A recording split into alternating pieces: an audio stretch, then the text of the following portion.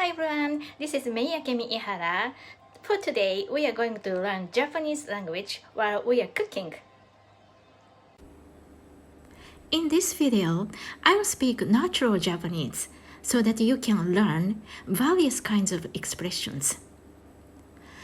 At the same time, you can also improve your listening skills while you are enjoying watching me preparing the food. So, do you have any idea on what are we going to cook for today's video?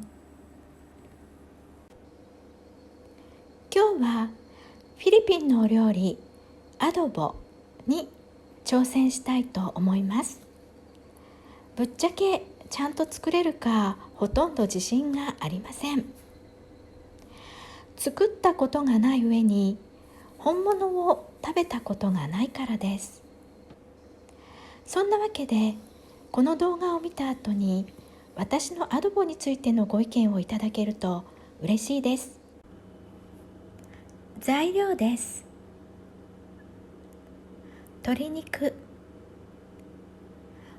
お砂糖を置くのを忘れてしまいました。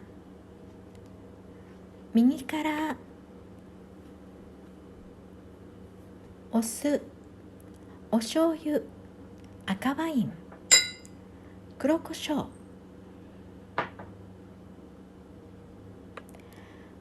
ローズマリーと月桂樹。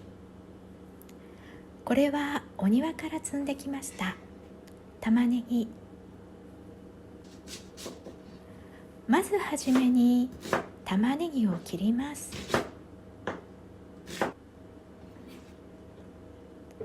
フードプロセッサーに入れてみじん切りにします。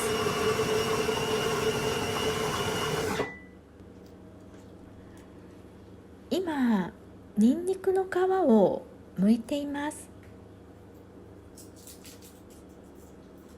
ニンニクを入れるのを忘れるところでした。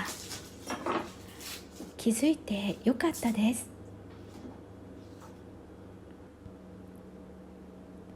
で、全部をお鍋の中に入れます。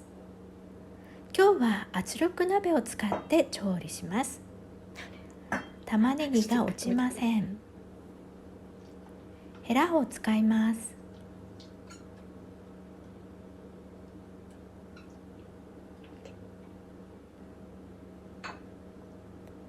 もう少しで忘れそうになったニンニクです。ワイン、お醤油です。お酢、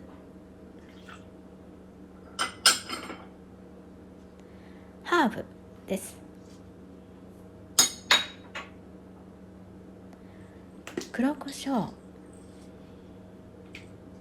胡椒をひいています。お水も少し入れます。お砂糖も加えます。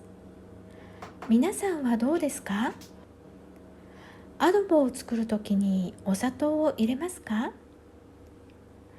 それか私が入れてないもので何か他に入れるものはありますか？すでにいい匂いがします。 That's it! できました。はい、いただきます。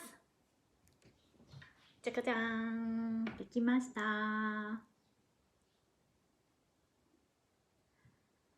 い、じゃあ食べてみたいと思います。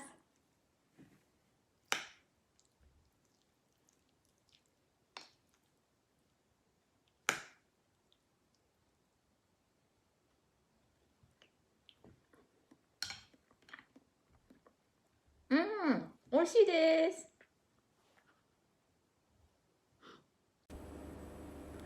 I suppose my adobo is something different from the original Filipino one. Actually, I've showed my adobo to some of my Filipino friends. I said, "Look, I cooked adobo!" But everyone said, "Akemi, it's something different. One of them even said, "You should learn how to cook adobo first before you teach Japanese with it." And I was like, "What?" So, my beloved Filipino viewers, please feel free to correct and teach me how to prepare adobo in Filipino style by commenting down below. And to my viewers from other countries, please let me know what are your favorite meals in your country, because I would really love to know, and who knows, maybe I will try to cook it in my future videos. Rest assured, I will continue filming and sharing the Japanese cuisine.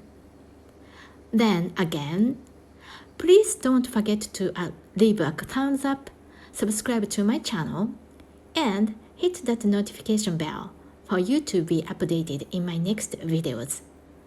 じゃあねー。